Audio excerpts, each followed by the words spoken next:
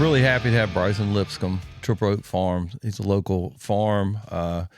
What he's known for recently, I guess, is the fact that he took on the state, and we still have good milk because of it. Yeah. And so, Bryson, Bryson, welcome. What I want to do is, you did a tour duty in Afghanistan. It's not like you haven't given to this country, and you've got people that you care about that have given to this country, given everything. And so let's just talk about where you grew up. Let's talk a little bit about your military service, and then we'll work from there. So, yeah, well, thank you for having me, Juette. So my wife and I, we both grew up in Rustburg, Virginia. Went to Rustburg High School. I graduated in 2009, and she graduated in 2011. Okay. I went off to Ferrum College to play football, was my initial path, and she went to Liberty University to get a nursing degree. And, that was the initial direction, and then football didn't end up working out for me because I hurt my shoulder, and then I just realized that I really hated school when you're not playing ball, right? And I'd always wanted to join the military. I didn't know it was going to be the Army. I actually tried to join the Marines at the time, but that didn't work out, so I joined the Army, and I went to basic training down in Fort Benning, Georgia, to become an 11 Bravo, an infantryman, and then my first duty station was Fort Stewart, Georgia, 3rd Infantry Division, and from there I was, we deployed out of there with the 1st SF Group to Khazar-Ruzgan, Afghanistan, where we did VSO ops. Basically. So what is a VSO op? Well, that's a good question. I can't remember what I think it's VSO, I think stands for like Village Security something. Village Security Because we basically had a small camp right outside of this village. Bazaar, whatever you want to call it, a village, right? And, we were working with the local police and Army trying to, I guess, help them establish local governments and whatever. So you drank a lot of tea, didn't you? A lot of chai tea. Yeah. I wasn't the one doing the meetings. You were too busy on the gun. Yeah, we were like Overwatch during those meetings. But yeah, a lot of that kind of hearts and minds type stuff. So what year was that you were in Afghanistan? We were there 2012 to 13, basically. Okay. All right. Late 2012 into 13. That's when they got really, really good at roadside bombs and everything else. Yeah, we didn't have a lot of that. Until you went into the more populated areas. What was nuts is they had these guys, they called them the CMRG, the Counter Mine Reduction Group. They were this group of Hazarian dudes. With sticks. Something like that. They were. They would literally. We had them at the airport in Kabul, and they would just poke the ground, and then they put up like it's safe here. Yeah. I didn't know, like in Afghanistan, there's like different sects of people. You've got like the Pashtuns. It's tribal. It is tribal. And but the Hazarians were like the dudes that wanted to kind of like be more modern. You'd see them walking around with blue jeans and a leather jacket on, right? Yeah. And listening to music, and it was great. We were at Camp Anaconda, man. These dudes would pull guard for us 24/7, so we didn't have to do that. All we had to do was focus on, ourselves and the mission. And we could do our shirts that we had made for that. We called it Combat Summer Camp because it was just so sweet, man. Like that place had been there for 10 years, super small camp, and it was only like 30 of us there, but it was like a full day's, maybe 2 days drive in a vehicle to the nearest fob. So and it was a drive you didn't want to make, on the sides of mountains and stuff. Super. So you slow. got to appreciate what a jingle truck was. Oh yeah, and then like, but what was great about that is you didn't have all these higher ups coming around all the time because like working night shift. We were out there. Yeah, I loved night shift, but yeah. We were out there, we were left alone. And like I said, since we were with the SF guys, we didn't have to shave. We didn't wear patches. We got like some really terrific training from those guys. When we were on mission, we had, whatever assets you wanted on station was there. But we were so far out. all of our supplies came pushed off the back of a C-17. Okay. And came parachuting in. Most of the time parachuting in, sometimes burning in. So like all your fuel, all your food was pushed off the back of a 17. And hopefully they strapped it in right to the parachute. Yeah. I've got a video on my Facebook of like, it would be like 4 barrels of JP8 or MoGas to a pallet, and sometimes you'd get a barrel that would just fall off. Normally, they hit the ground, just splash, and that's it. But one time, bro, it caught a spark, and it went kaboom, and we were all like, yeah. What you had to do for entertainment back then. Yeah. It was awesome to see that, and we're so fired up. We would do that DZ security like 2 or 3 times a week. So you talk about complacent. We were just all right, but we would normally just jump on the 4-wheelers and go out there and do it. Maybe a couple Humvees for like the 50s or no whatever. Horses. No, we weren't that cool. So we were out in the middle of nowhere, and we really got to enjoy that that kind of freer life. Like a lot. What'd you think about the culture of the local culture? Bro, I did. It reminded me, Afghanistan reminded me of almost like the old West movies of the Native American culture to a certain degree. Yeah, I really did not understand it. And, I wasn't a Christian at the time, but one thing that stuck out to me was like, all these people are Muslim. I was like, these people are devout in their faith. You know what I mean? I'm like, they don't have nothing, but they're praying 5 times a day. Yep. And they think whatever they think is it, and don't tell them no other way. You know what I mean? Mm-hmm. So I had respect for them for their commitment to their faith. You know what I mean? Right. But as far as the rest of the culture goes, it was nuts. It was cool to see. Like at the time, I had zero intentions or inclinations that I was going to become a farmer, right? I didn't grow up in that world.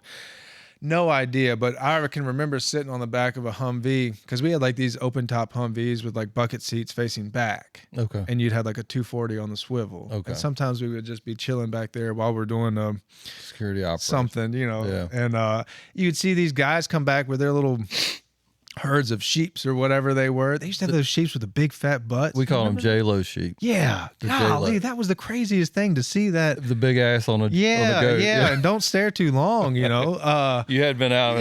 Yeah, bro. But I would see like I would see these things come by, and like these dudes would climb up in trees and like shake the branch to get the leaves to fall to the ground. So their goats could eat. Yeah, so they could eat it. Yeah. And like they had a real connection to their food. You know what I'm saying? Like you'd go through the bazaar and there'd be like fresh-ish meat hung up, in the market, dust and all, flies and all. Yeah. But I remember having like a moment of like, I'm like, this is the way. Cool. Yeah, like this is cool. They never waste anything. No, not at all. But it was weird because I didn't really understand that I was having an appreciation for that until after the fact, But I did admire it. But it was some strange stuff, you know as well as I do. They have some strange. The man love, I never got used to that. That's a strange, and it's a real shame, like how they treat young boys. Yeah, it's it'll make you mad. It explains a lot, but anyway, we'll go on to that cultural ride. Yeah. Talk about kind of like when y'all traveled in convoys and stuff like that. What was that like? Because you said you'd been at a lot of different camps, right? Or different camps that you had to drive to towards the end. I was basically in 2 different camps. Camp Anaconda, which was a pre-existing one that we actually shut down, basically gave back to the Taliban essentially. Yeah. And then from there we went up to north into the Musaid district of Kabul, and we built a new camp. Okay. So it was kind of like 2 extremes. We went from like this camp that had been there and been worked on for like a decade plus, hard side buildings on the inside, you didn't have to worry about much, to like all of a sudden we're living in like this Force Pro tent. And hoping you no showers and MREs for months on end. Right next to the Capitol. Yeah. Really close. Everybody else was eating good. Yeah, and so it was really. I think it was good as an infantryman to go through that process, or any soldier that had to go through that process, to like to actually like, okay, we're now digging in mortar pits. We're filling sandbags and HESCO barriers. You know, we went from like what we called combat summer camp to kind of the suck. Yeah. And, you know, embrace the suck. Right? Yeah. You're in a tent with 13, 14 dudes. And it's not cold. It's no, it was not. At the time, you know, we were, if that, you know, those Force Pro tents come with like little AC units, and if that thing went out, like it's a problem. Yeah, it's hot. 'Cause that's a different kind of stink. So we didn't have showers, you know, a lot of baby wipes going around. That's right. I used to, man, people would send me the big Huggies pack of like the shea butter. I like the shea butter baby wipes because that's right. I felt cleaner because of that. Yeah, right? They just smell good, you know. But yeah, you're laying on one of those, God, those terrible green foldable cots, you know, right next to another. The ones that are, there's nowhere you can lay that are comfortable. They're not wide enough for anything. Or long enough. Yeah. You know, if you're over 6 feet, you're just screwed, you know. Oh, that really sucked. I was ready to come back after that. You're like, enough's enough. Yeah. But we were talking before the show. We did travel through, like on our way from Anaconda to this new place. We stopped in Bagram Airfield for like a couple weeks. And then you just see this completely different scenario of deployment. You know what I mean? Yeah. And that was really, really mind blowing. Like people were walking around like making uniform corrections and all this and that. And it's like, you had to walk on the right side. And what are you doing? Yeah, people were wearing like PT belts. You know what I mean? Yep. You had to wear your road guard vest. You had to have your rifle. Thing I've ever seen. Yep. You know? It's probably because somebody got run over by one of the big trucks. Yeah. But that was definitely a different experience. I mean, we loved it while we were there. We were eating good. You ate good. For sure. But yeah, then we pushed out. I remember we took Blackhawks out of there, and we stopped in this Afghan army base. Which was like, they had these, it was like the old king and queen palaces. I don't know. I guess Afghanistan kings and queens back in the day. You're talking about where the Canadian post used to be. The Canadians were out there. It's the old palace up on the hill. Yeah. Yeah, it was the last king of Afghanistan. Yeah. And he got killed up there. And I think 2 or 3, and then Taliban. But like the Russians killed him, right? Yes. Yeah, because there was like bullet holes all. Oh, it's all there. pocked out. Yeah. Nuts. But so that used to be the best place to eat, because right below that, the Canadians had a post, and they had French chefs and everything else. Oh, damn. Like it was like made to order food. They were probably gone by the time you got there. That was 04, 05. But yeah, if you got to go to the Canadian post to eat, it's the first time I heard an Afghan was like, this little kid came up to me and was like, "Fuck Karzai, George Bush, good." And I was like, okay, funny, yeah. All right, so yeah, they're friendly. But then from there, we pushed out to the little new camp we were building. There was like one hard side building there. I think it was like.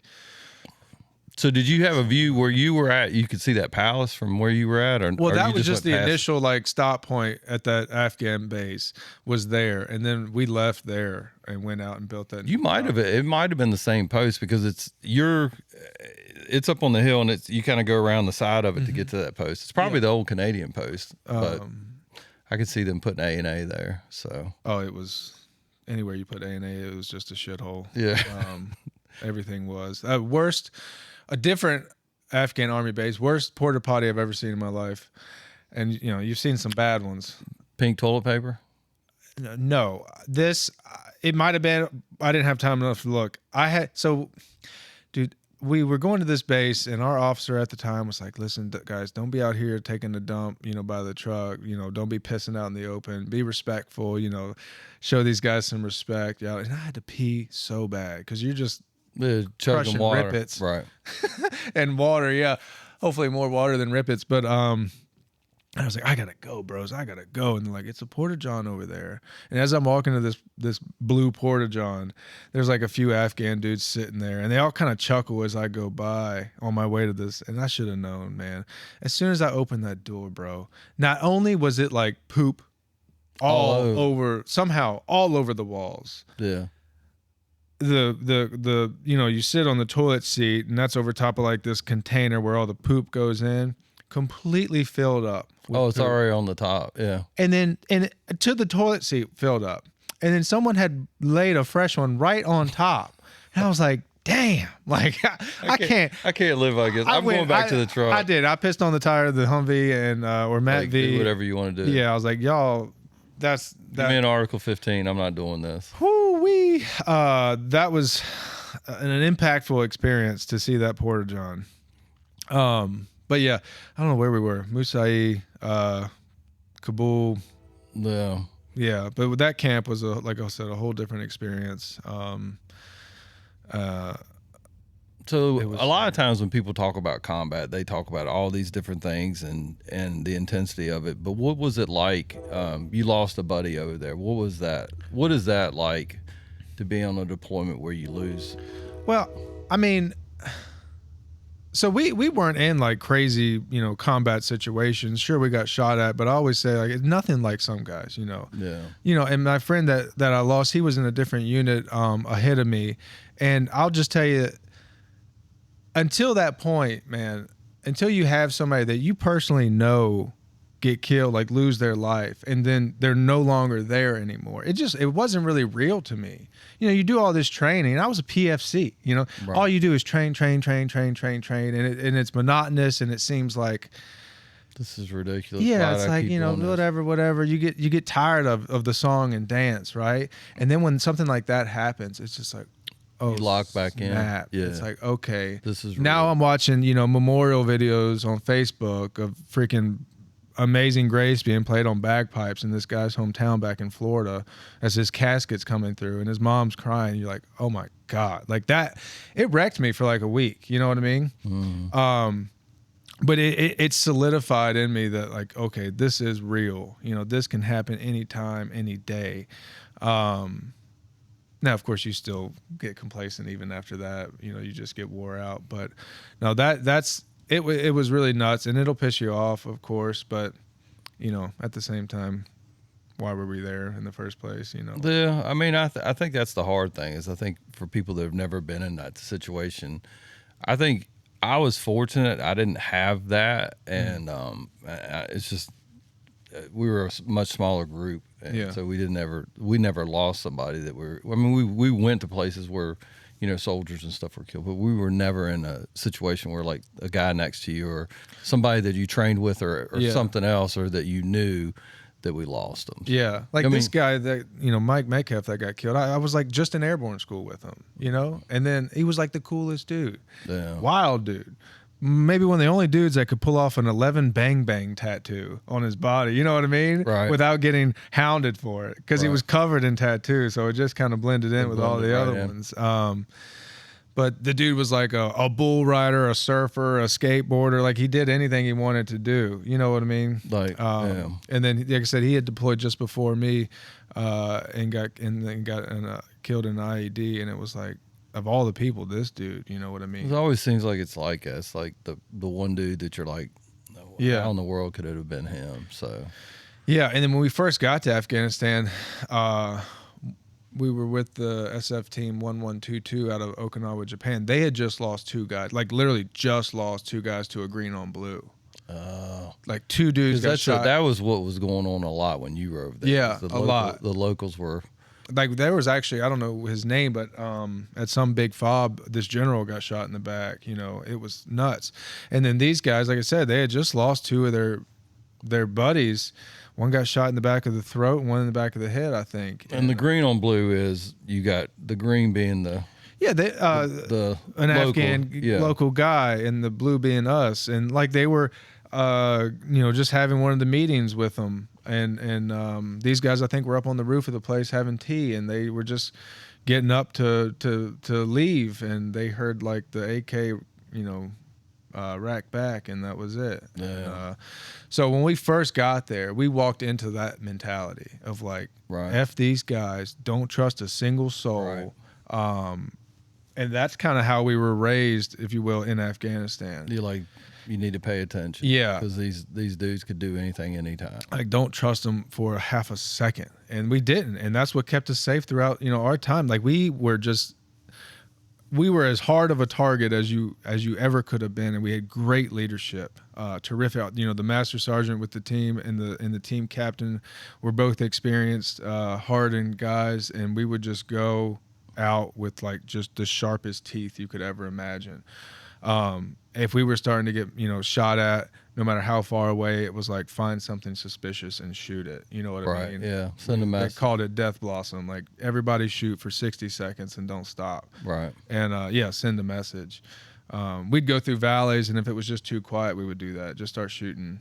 Just up into the mountains. Like, where y'all at? You know what I mean? But that's how you should be. That's how you stay alive. We went from that mentality. I remember a story when we were at that Afghan base outside that palace. Mm-hmm. We were up at the range, like we were fixing to push out to set up this new camp. And like I said, we had that mentality of no trust. Right. But now we're with this other team. We're with a third group who were like super like on the mission of hearts and minds, and we're working with these guys, and they're one of us, and we were up on the range one day, zeroing our weapons and just killing time really, and all of a sudden these 3 Afghan soldiers come walking up the hill behind us, and I'll never forget, bro, because we all, like, one guy sees them and was like, hey, and we all turn around. It was like 10 of us, and all you heard was like click, click, click, click, click, click. All the safety's going off. You know what I mean? Mm-hmm. And like now we're eyes on these dudes, and like one of the team guys was like, "Hey, what are you guys doing? You guys need to chill out." Like you haven't been here as long as no. You don't trust. But that's how you stay alive. You start trusting people, and letting your guard down and just walking through life like that. That's when you get got. So you finished your tour in Afghanistan, you got back, and then you got out. How'd you end up back here? So I got back from Afghanistan. I got Did you get married before you left or no? I got reassigned to Italy. Okay. And during that time is when my wife and I got married. And did she finish at Liberty? Yeah, or? she did. So she got a nursing. We made the decision for her to stay home, and I went to Italy, which was the right decision. Because once I joined the 173rd, bro, that was a different ball game. Going from 3rd ID to 173rd, I was like, it was almost like walking back into basic training. You know what I mean? Oh, they spit shine. Oh, it was high speed, dude. I mean, I was a deployed E4. I thought I was a stud walking in there. And then you got, little E2s that can basically quote the Ranger handbook to you, and that was the expectation, because that place is just a pipeline to Ranger school. You know what I mean? Like if you're going to be a squad leader, like you're going to Ranger school, right? It was nuts. So I realized real quick there, I was like, I better tighten up a little bit. Yeah, hasten this learning curve as quick as I can, or it's going to be rough. But I had a blast there, man. Their training tempo is bananas, man. I said it was the right decision for my wife and I to, for her to finish school here in the States and me go there, because we were never. You wouldn't have ever seen her. Yeah, we were in Italy maybe 25, 40% maybe of the time, and the rest of the time you were out training. Yeah, one reason is like there's no training grounds in Italy, so we had to go to these other Slovenia, Estonia. I mean, name a crap hole. In Europe, you were there. Yeah, we were in Ukraine in 2014, training their soldiers to go. Fight Russians. We're not going to blame you for the war being going on. I talk about being, brainwashed, because like when you get into farming and the type of farming and the type of business that we are, you realize how brainwashed you were. And I was like, man, the Army is great at brainwashing, because when we were there, it was 2014. Right. That was when the coup was happening, essentially. But you knew nothing about it. I knew zero about it. I'm just here on the ground training people, doing my thing. Yeah, and like I also had like made zero effort to look it up while I was there. If I need to know, the Army will tell me. Yeah, all I cared about at the time was like, when can we go to Lviv to get drunk? Like, when's the next time we can go? Just have a good time. And I think they want you to have that mentality. You know what I mean? I think they kind of breed that in their culture for many reasons. But yeah, I didn't know what we were doing. Maybe somebody did. But the lost are easy to lead. If you don't know what's going on, you'll just be like, oh yeah, that makes sense. To this degree, man, we went to some like craft brewery in Lviv. And Lviv is a beautiful city. Beautiful city. I would go back if it's still there. We went to this craft brewery, and we were getting these beers, some type of IPA or whatever, Yeah. And they've got like, these custom labels on the bottle. And this one brewery, everything, the bottle labels, they had posters on the wall were all like caricatures of like Trump, Obama, I'm sure some different other people, but like I didn't know what the words were saying, but it was obvious by the picture, like they didn't like Americans or specifically the American government. Like that was obvious, but I just like, I'm just here to drink. Stupid. It's so stupid. But so I didn't deploy with 173rd, but we certainly did a lot of training. And like I said, to some time in Ukraine. And then from there I got out and came back home. And I worked, I had a regular job, I guess you could say. I worked for a manufacturing type facility. I was a supervisor there. Okay. Drinking heavily, I should mention, at the time.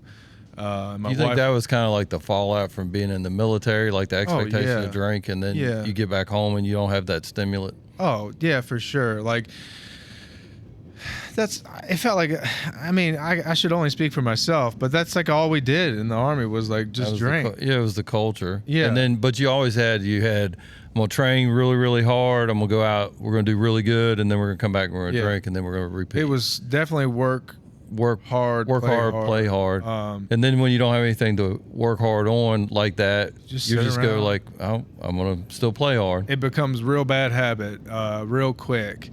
But my wife, she was a registered nurse working for the hospital, and I was, like I said, a supervisor at this manufacturing facility.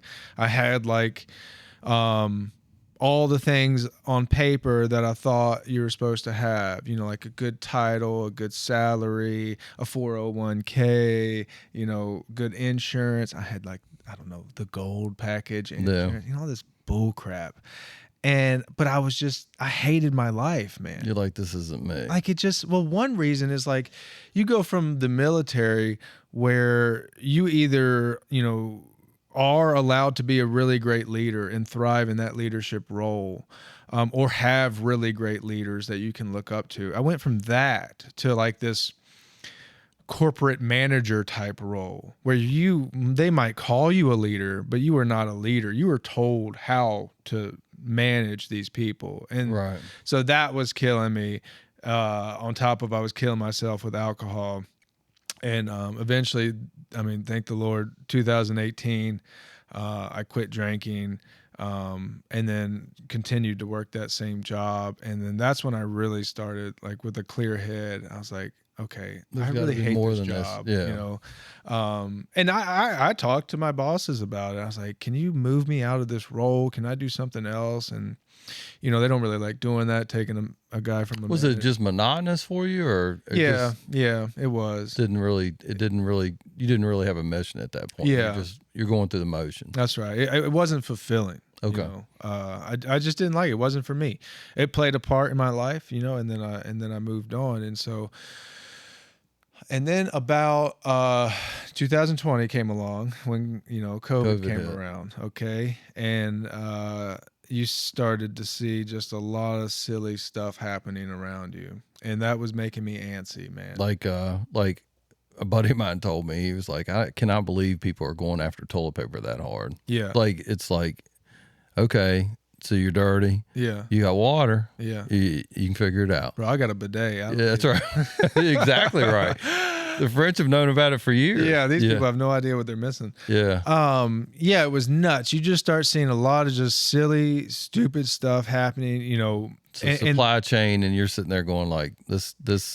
And like these men, these quote unquote men around you that are just laying down and complying with, these silly, nonsensical rules. And it's like, I just started really hating it at that point. And then about, so let me just say, my wife and I sat down, we crunched the numbers, trimmed some fat out of our finances. And, I walked away from that job and took another job at another manufacturing facility where I was in a management position. I just wanted to go be an just employee. Walk in and come in and come back It took me about 4 months to realize I really hated being just a cog in the machine. You know what I mean? Right. They'd be calling me, bro, like, hey, you got to do this mandatory overtime, which is funny because that used to be my job. Right. I would call people, hey, bro, you got to work. If you don't want to come in, I guess I got to write you up. You know, it is what it is, you know. Right. Now I'm on the other side of this, and I was like, F this, man. I'm out, you know. Right. But during that time, you know, I say it like I was an NPC, like a lot of people were and still are, as far as their food goes. I would go into Sam's Club every week in Lynchburg and buy, usually my favorite thing was to buy was chuck roast, beef chuck roast. Okay. And we were barbecue people. I love smoking meat, and I would just smoke those chuck roasts in the beginning of the week, and then we would just kind of eat on that throughout the week. Yeah. And I never once stopped to think about, like, okay, where was this animal raised? What did it eat? How was it raised and treated? You know, who raised it? What's in it? You know, what's not? Is this even beef? You know, I didn't have any of those questions that a lot of people are talking about now. I just went in there, looked for the highest weight, lowest cost, right? Right. Until in 2021, I went into Sam's Club and meat went short I mean, in this area, it was a short period of time because of the regulations were creating employment shortages for the big packing houses. So it created this little ripple effect. Right. I went in there and it wasn't there. The meat was not there. And that was like a moment for my wife and I, like, oh, snap. Yeah, we don't want to be at this. We rely on someone else, someone we don't even know, to feed ourselves, to feed our family. Right. Like we did not like that realization of dependency. Right. And so my wife actually pitched it to me. She was like, can you think we could raise a pig? And I was like, sure, I guess. Not? Yes, I'll start looking at it. I was like, well, you don't get just one pig. You know, we got to get a buddy for it. So I got 2 pigs. And then I took another job at the time because I was starting to get this little, you know, idea of a farm, and you know, I wanted to be home more. And I want to say this, like, when I left that first job, it was the first time that I made the conscious decision to walk away from, like, material gains, you know what I mean? A promotion or a raise, and pursue instead happiness, you know what I mean? To be corny. And I took that other job. I made less money, but, you know, I was going to have a little bit more freedom in my life. Right. Didn't like that job. Took a third job. Now I'm 0.9 miles away from home, making less money than I ever had, you know, even in the Army. But I'm home a lot more. I'm less than a mile from home. On lunch, I could run home and, you know, do something. And things start really evolving a lot quicker. You know what I mean? We start putting pictures of these pigs on Facebook, and, you know, the community's reaching out like, oh, are you going to sell sausage, or can I buy a half a pig? So we buy a few more pigs, and it's just like more pressure. And especially during that time, you know, there was a lot of demand for local source meat. Wish that would come back, but, so we just kept leaning into it. You know, we'd never been business owners or entrepreneurs. This was our first venture into that realm. Right. But it was just obvious pressure, market pressure for that type of thing. So we just kept doing more and more and more and more. I sold my boat to buy my first big group of pigs. Big group. It was 20 pigs, but it seemed like a lot. That's a lot of pigs.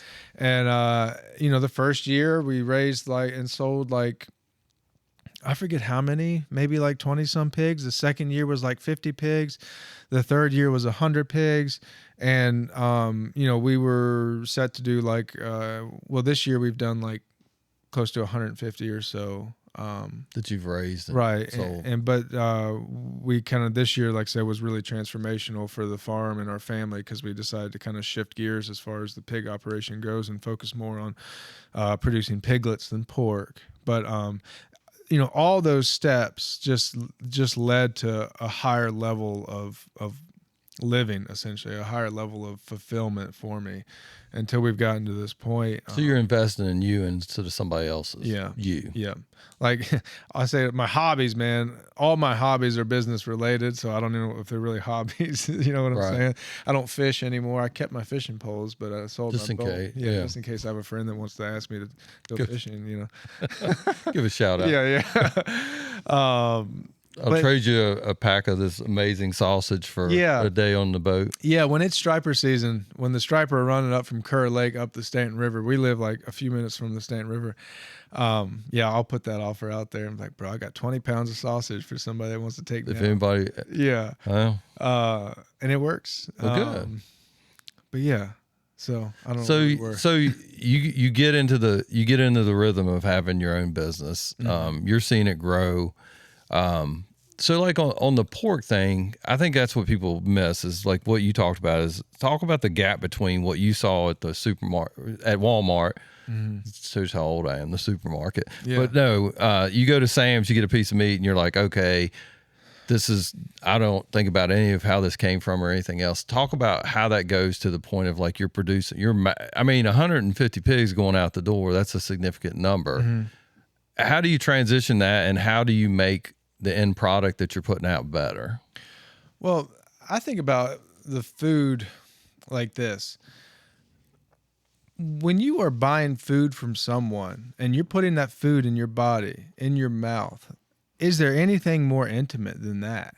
You know what I mean? No, I agree. And how the majority of this country buys food, they don't think about any of that intimacy, blind, right? They're just, it says USDA approved. The government said it's good. Whatever. So it's good. I just trust it. And that's the key word is trust. We have that blind trust in what, bro? Like nothing, essentially. You're just hoping it works out. You don't know anything about that food. And so when you start thinking about it, it's hard to like not think about it. Right. Like think about the hands, the actual hands handling that meat on its way to that package in Walmart. You know what I mean? Where did it come from? How many different hands did it, where did the cow come from? Was it killed in Argentina and then shipped here? Was that cooler actually cool the whole way? All these different things. What was sprayed on it? Like, cause they spray chemical sanitizers on carcasses to keep them from molding during those transportation, type situations. So I have a friend who runs a company called the Red Renaissance, and he says it best. He's like, you should make it your goal to be able to shake the hand that feeds you. And that should be the goal. When you sit down and eat, man, look at that food. Do you know where it came from? Do you know who raised it? Do you have that level of trust? And if you don't, I think you should at least start thinking about it. And to the point we've gotten to now, like I love that I can feed my family, my wife and my 2 sons now, meat that we know absolutely everything about. There is no question. There is no doubt. And if I can't raise it, at this point, I know another man that does, and we get it from him. Okay. Bro, if we go out to eat, which is a rarity, 1, because we don't have much money, but 2, we don't have the time. It's not worth it. It's not, and you have to kind of just swallow that golf ball and like, we know what we're doing here, but we're just trying to have a good time. You know what I mean? No, I agree. And we're mainly out for the service and experience, nowadays, but just sitting at a different table, really. That's all it is. Because I think when you look at the level of service you get when you go out to eat, the quality of what you're getting on your plate, it's a toss up. Yeah. Yeah, it really is. And then all the things they put in our foods these days, is just absolutely crazy. So what do you know of all the, like when you did your research on what you were going to do, like, and we talked earlier about Bobby Kennedy and what he's doing, Robert Kennedy, but what he's doing as far as food, trying to make America healthier. What do you see as a farmer needs to be done to make America healthier? I think local farmers need to be supported about 100% more than they are now by governments and by these bureaucratic agencies. Triple Oaks Farm is a private membership association, and one reason we privatized our business is to distribute raw milk. But we had to find that and educate ourselves about that avenue. And another way that people distribute raw milk is herd shares. That's another avenue. My point is, farmers should not have to figure out these ways to work around regulations. The regulations, the statutes, the laws should be in place to support those farmers. You know what I mean? Yeah, I think what people lose is it is a government by the people, for the people, not a government that kind of reverses that role that tells people what they're supposed to do. I understand you have rules and regulations, but what you're saying is 100% correct. Is like these people are providing a service. They're local. Support what they do, like unless they do some crazy. But like I think, like what you said, as far as what are you actually getting on the table when you go to a big chain? You know, it's probably not going to be pure like what you're raising. No, like when you go to Food Line or wherever and you buy a pack of Jimmy Dean sausage, you are supporting a pork industry that raises hogs in hog houses is what they're called. These pigs live on concrete, slatted concrete, meaning there's grooves in the floor to get all the waste out. When those pigs poop on that floor, their feet will push it through the gaps. They don't see sunshine because they're in a warehouse. They don't get fresh air. Air has to be piped in, especially in the summertime, to keep them from getting too hot. Or they don't get to root, and express their natural ability, which pigs do. You are getting, it's not grown in a lab, but it might as well be. It is a sterilized environment.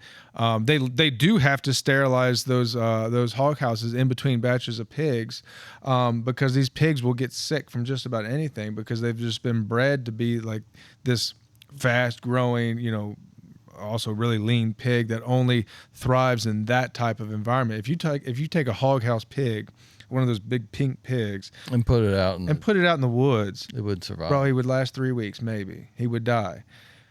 That's what you're getting. You're getting that. You don't know, and of course, when you're buying that sausage, you don't know what that pig was fed. I don't know if you've seen the videos, but they literally will take bread from these big what do you call them? Bakeries that has expired, and they won't even bother to take the bread out of the plastic packaging. They throw the whole thing in. They grind it all up, and the pigs eat it. And you want to talk about microplastics? I mean, just on top of just not healthy for the animal. At best, they're feeding it a conventional, genetically modified, covered in pesticide grain feed. You know what I mean? Right. That's what you're getting. You need to think about that when you buy that at the store. That animal lives under stress its entire life. Right. Hogs specifically, that's why they rip their teeth out. They call it clipping teeth. As piglets, piglets have these little sharp needle teeth. They clip them out because when any animal is under stress, they start fighting one another. They dock their tails, which means cut their tail off, because when they're under stress, pigs will bite each other's tails. They'll start fighting, right? Right. They do that because they're putting them in this tight, crazy, high stress environment. Joel Salatin puts it like this: you and I can go to, like, say, a Virginia Tech football game in the stadium, packed full of people, right? And you can be shoulder to shoulder with thousands and thousands of people, and you'll probably be pretty stressed, especially if you come from the military. Your anxiety is probably going to be elevated, and you could do that for a few hours, once a week, maybe once a month or whatever. Not for your entire life. Right. Think about if you had to live in that stadium with that many people. What would the bathroom situation look like? You know what I mean? Horrible. What would the food situation look like? Right. What would your overall health be like? Well, that's what we are subjecting these animals to live in, that type of environment. So when you support a local farm that's doing it, you don't even have to raise pigs the way that we do. But the way that we do it, these pigs live in the woods and pastures, depending on the time of season. They're fed a non-genetically modified feed that is pesticide-free, tested for that. They eat acorn. Like right now, it's acorn season. They're loving life. Bro, my sows got out the other day. My fault. I scared them accidentally. And I only keep them in with like one little single strand of electric fence, right? Right. So if they want to, they can get out. And it's the worst time for them to get out because the ground is covered in delicious pig food. There's chestnut oak acorns, white oak acorns, red oak acorns, and they thrive on that stuff.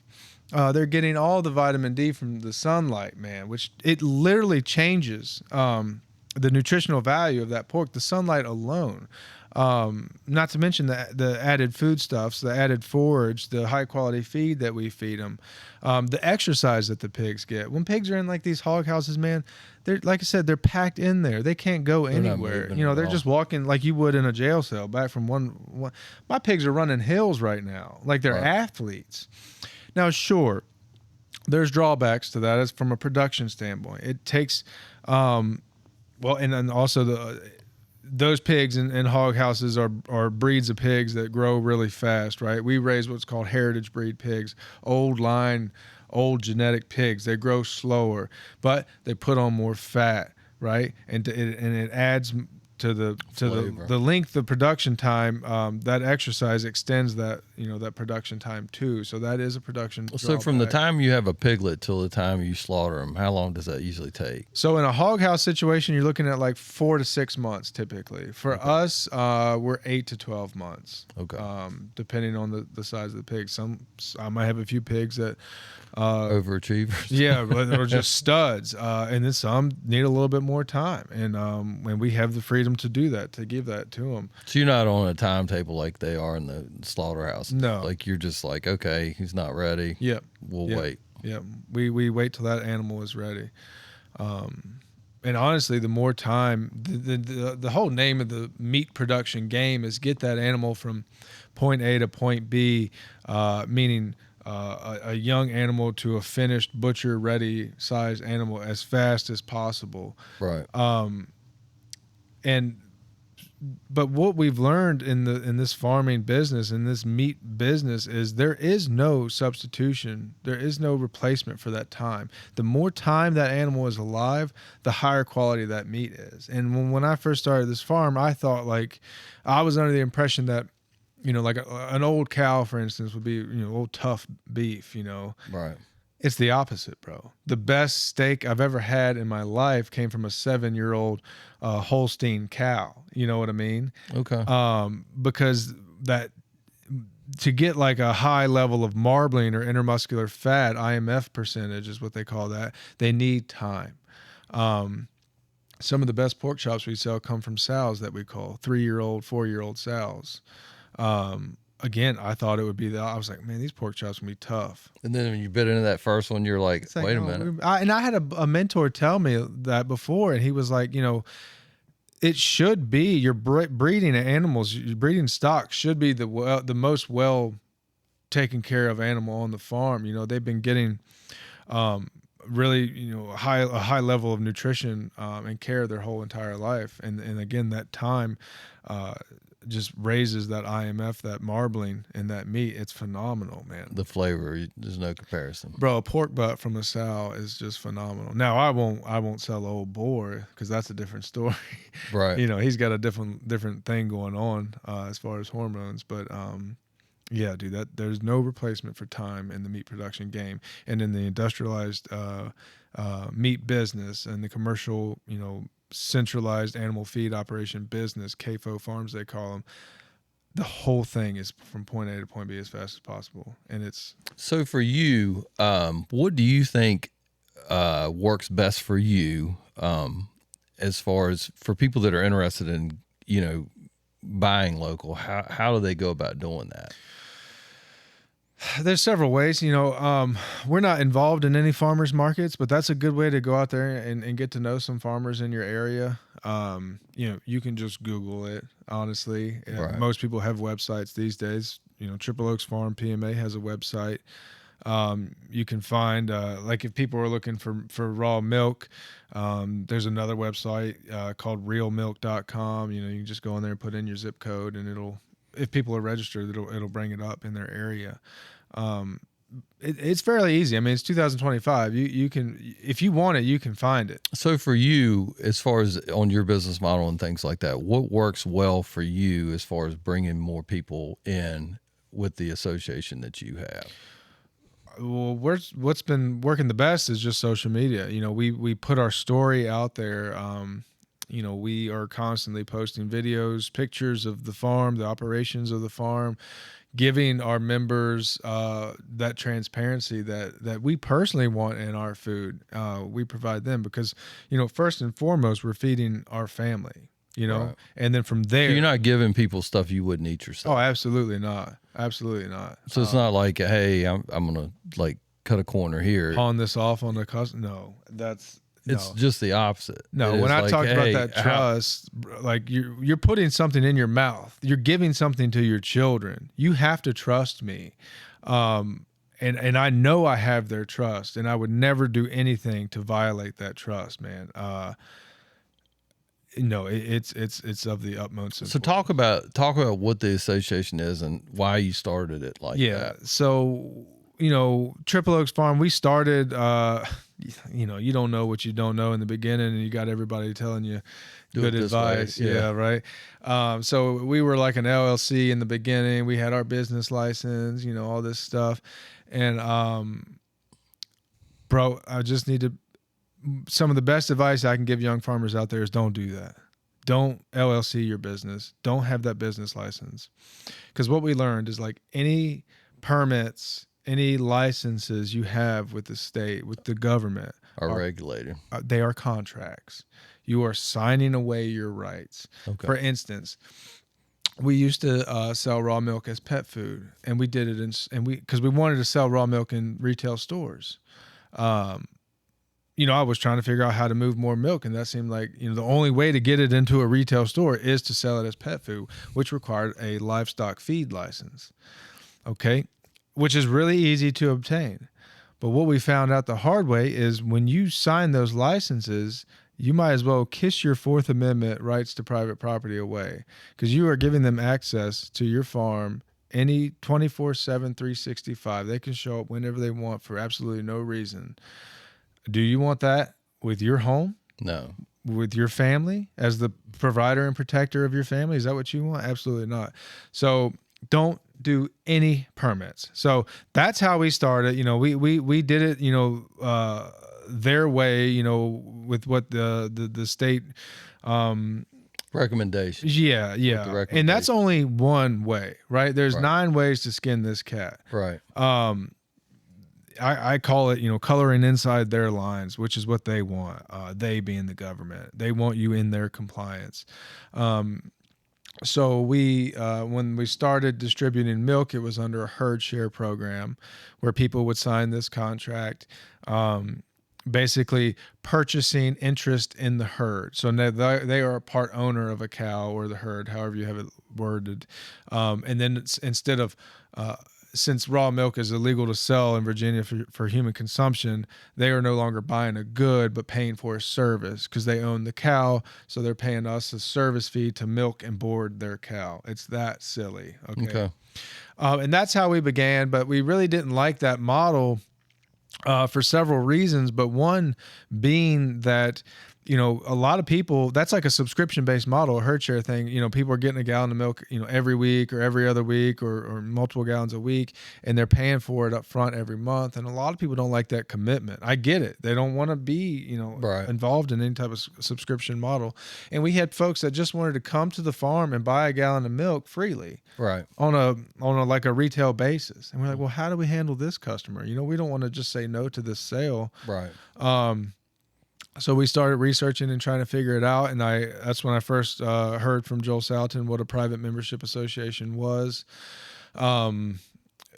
Essentially, to summarize a PMA, it is under our Constitution, under specifically the First Amendment, we have the right to freely assemble, privately associate, and privately contract. Okay. That is what a PMA is protected by.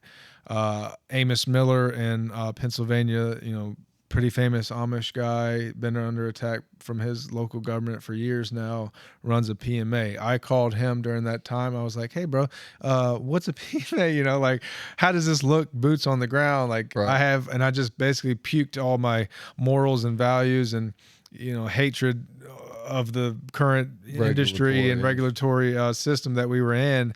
And he was like, yeah. And it's like, what do you call it? Like that German kind of accent, whatever. Yeah. And he's like, that German Dutch accent. And he's like, yeah, it sounds like we pretty much are on the same page. And he gave me a little bit of coaching and put us in contact with the group that he worked with. And we started dissolving these contracts, these permits with the state. And again, like once you start going down this road, you start realizing and learning more and more things and wanting to separate yourself more and more from the government. And it just, it just kept evolving until we made the full commitment to go all the way into the private realm of commerce, and everything that we do now is under private contract, where our members pay a membership fee, and once they're in our private association, they have access to locally raised, nutrient-dense food that they can trust. Raw milk being one of them.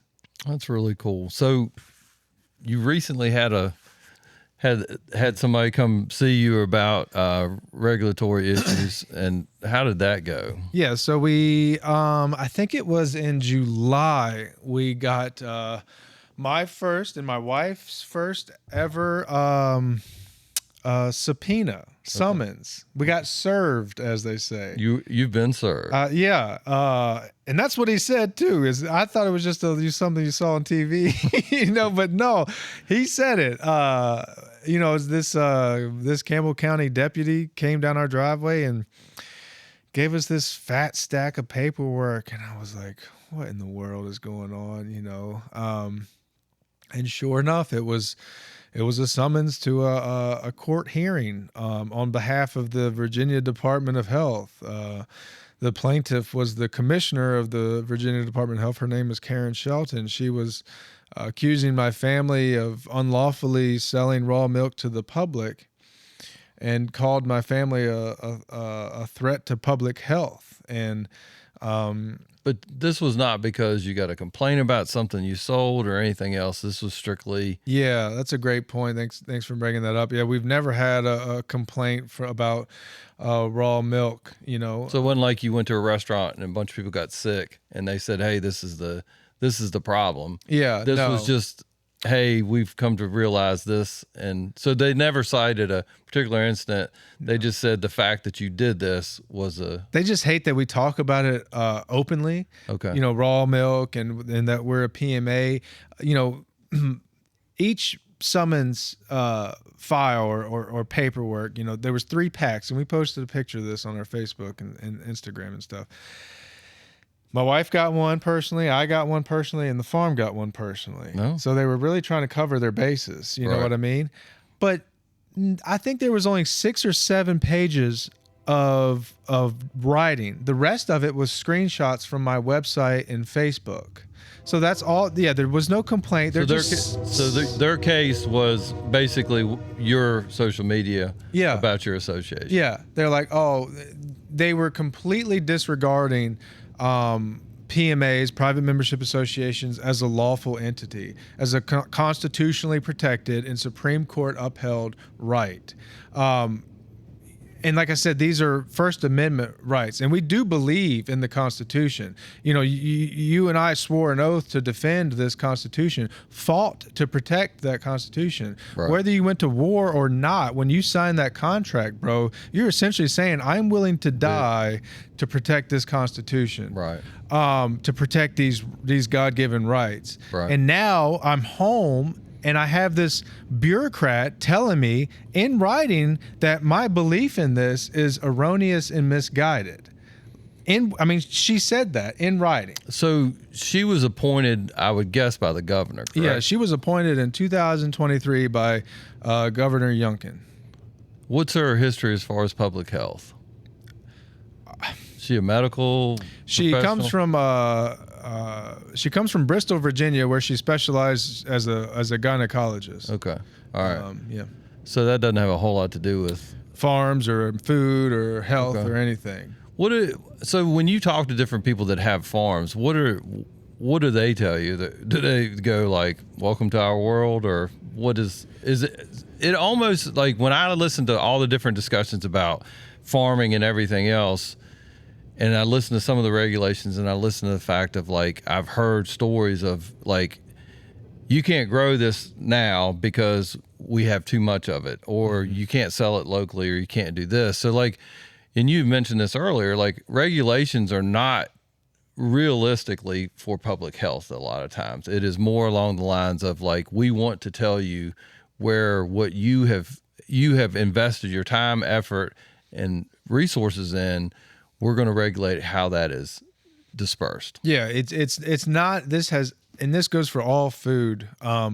It has absolutely nothing to do with food safety and everything to do with control. Okay. All they want to do is control the local food producers, because ultimately, if you can control the food, you will control the people. Like you mentioned toilet paper going short. Imagine when food goes short. Right. Well, all of a sudden, all those assets that we have running around on our private land are real true assets in currency. You know what I mean? We can barter and trade in that currency. We can support our community and keep our community alive with that currency. Which only makes sense, especially with, with everything that goes on in the world. I think about what they talk about with China as far as controlling all the, for what they're trying to do with Taiwan with the chips. The chips that go in computers and cars and everything else. And like, what if everything shuts down? And we are so dependent on computers to get resources here. It's not like there is a warehouse full of stuff within a certain distance of where you're at. And it certainly isn't sustainable if you lose electricity. Those things, the assets that you have run around on your farm, you can determine when the best time to put them into the food, into food production, as opposed to, okay, we're going to let them continue to grow. Yeah. So COVID should have taught everyone a valuable lesson on how dependent we are on other people for lots of things, pharmaceuticals being one of them, food. You name it, you probably saw a shortage of it during that time, but man, so many people just went right back to that complacency. I think it's just almost like that it didn't happen. Like COVID never happened. Like the fact that, like, one of the things that I always hang up on is they talk, it's talking points. Fentanyl's killing all these people, which it has, 100% is. It's 100% is. But how many people died from COVID? And we've never truly had a conversation about like how it got here. You know what I'm saying? Yeah. I'm gonna pour some of this right here. I'm getting a little thirsty. All right. Throw me some too. So what's the difference between this milk and any other milk? All right. So when people say raw milk, right, you shouldn't call it raw milk, because when you go to the store and buy, ground beef, you don't call it, raw beef or raw chicken. You just call it what it is, beef or chicken. So this is just milk, but it is kind of catchy, raw milk. So it sounds good. Raw milk is unpasteurized, non-homogenized milk, natural milk, like you said earlier. Like flavored milk. Yeah, like strawberry milk. No, I mean, like, it actually has flavor. It doesn't talk. Yeah, it's not like creamy water. Because the depth of the taste of that. My wife's going to give me a hard time for talking about depth of flavor. I do watch some cooking shows, full disclosure, but like it's not just drinking something just to drink it. Yeah, you can actually taste the depth of, and just it tastes a whole lot better. Yeah, to me it tastes kind of like melted ice cream. Yeah, the milk that we offer our private members comes from Jersey A2 cows. Jersey cows produce a high butterfat content milk. They don't produce as much milk as like a big Holstein. That's your big black and white, classic looking. The Jersey cows are the like tan. They're like brown, a light brown. Yeah, the ones everybody think are so pretty. Yeah, they're super cute. Very friendly, smaller frame cow. Very docile cow. Right. Chill cows. Yeah, we take kids homeschool tours to see them. You know what I mean? Right. The kids love them, especially the calves. Man, the calves will be sucking on your hand. Right. But so what unpasteurized and non-homogenized means is, store-bought milk has been pasteurized, which means cooked. They take it up to, there's varying types of pasteurization, but they'll take it up typically to about 180 degrees for a period of time, cooking that product, eliminating all the nutrients, good bacteria and potentially bad bacteria, which is what they justify. Well, if there's anything bad in that milk, we'll kill it. And the homogenization process, which is often done at the same time, is putting that milk under pressure, which destroys the cell walls of the fat, and that keeps the cream from separating in the milk. So with raw milk, if it's been sitting there for like a day, you'll be able to see that cream at the top, and then that skim milk. But you just shake it back up and keep good. Oh yeah, that's why you got to shake raw milk up. If you don't shake it, you're getting just cream. And my wife and I all the time will accuse each other. Oh my God. You're like, I know you drank the good stuff. Yeah. We'll accuse each other of cream stealing. Like, I see you not shaking that milk up. Yeah. But I didn't know that, man. I grew up on pasteurized skim milk. And like when we first started getting this milk, I just reached in the fridge, grabbed it and turned it up. And I was like, my God, that was a thick swallow. That was good milk. But it was, oh dude, the cream is the best, dude. Put that in your coffee or make whipped cream with it, whatever you want to do. Butter. It is the absolute best. The fat is where the money is in milk. That's the gold. But let me, I have my boys, weird enough, they all have peanut allergies. And I really do believe there is something to be said for what we feed our kids and whether they have allergies or not. Because I think if you have locally grown food and milk and things like that, like I feel like you get, because I mean the proof is if you have natural honey, like I'll take a swallow of that a day, and that my allergies are like totally different. Yeah. Because you have all the components, and I think people sometimes think, well, we're making it safer. No, we're building it for mass production. Yeah. Yeah. And the peanut allergy thing, what do they tell us? Like, don't give your kids peanuts before they're a certain age. Well, when they're a young kid, that's when they're developing immunities to all these things. Right. So we say, give them peanut butter, give them nuts, give them that raw honey, that raw milk, and let their bodies develop, everything to turn into a really healthy, hard to kill individual, if you will. I mean? And raw milk is one of those products, just like raw honey. We have moms that tell me all the time, my kid has psoriasis is one thing I hear, skin issues, and they love milk. But when I give my children pasteurized milk, their psoriasis blows up and it gets terrible. And they found raw milk, and not only does it taste great, to them, but like their kids love it, and their psoriasis it's healthier for them to drink. Yeah. And so they can have this product. And I had this woman, oh my goodness, let me tell you this story.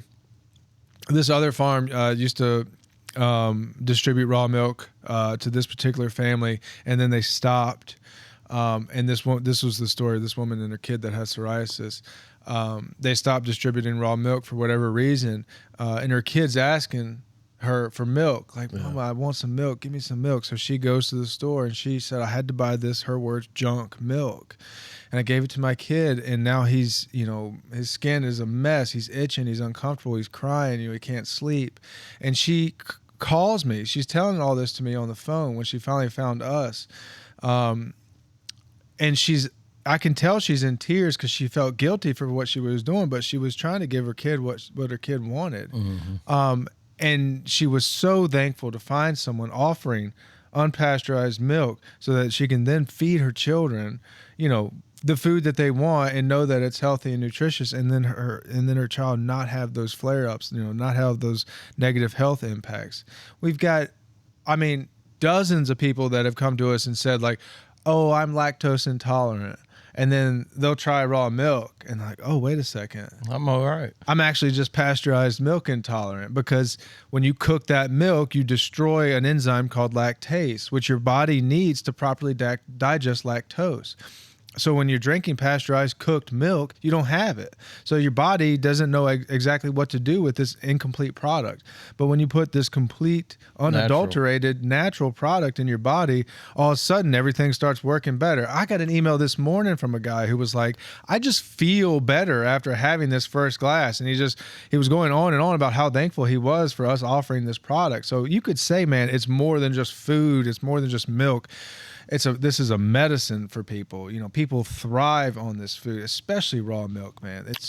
So I think about, and this is probably a good way to end it. Like for me, I feel like somebody that has taken the time, served their country, and the jobs that you had that kind of served you from a standpoint of like financial security and things like that, you never got any satisfaction from. Right. But now here you are providing people the opportunity and serving them in a way that works well for your family and works well for other people. And I'm sorry that the government is the way they are, but well, first of all, I enjoyed my glass of milk. But aside from that, I appreciate the fact that, number one, for your service to our country, but also the service to our community by giving them good, healthy food. Yeah.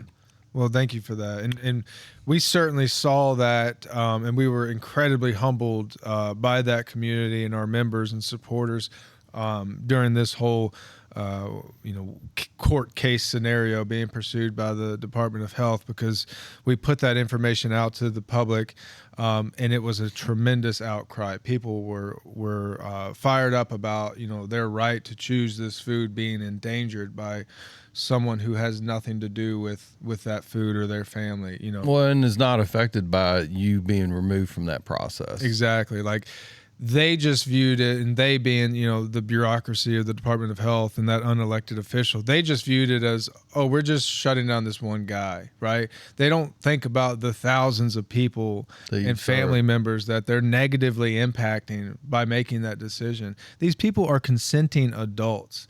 Like, are you a parent? Yes. You have children? Okay.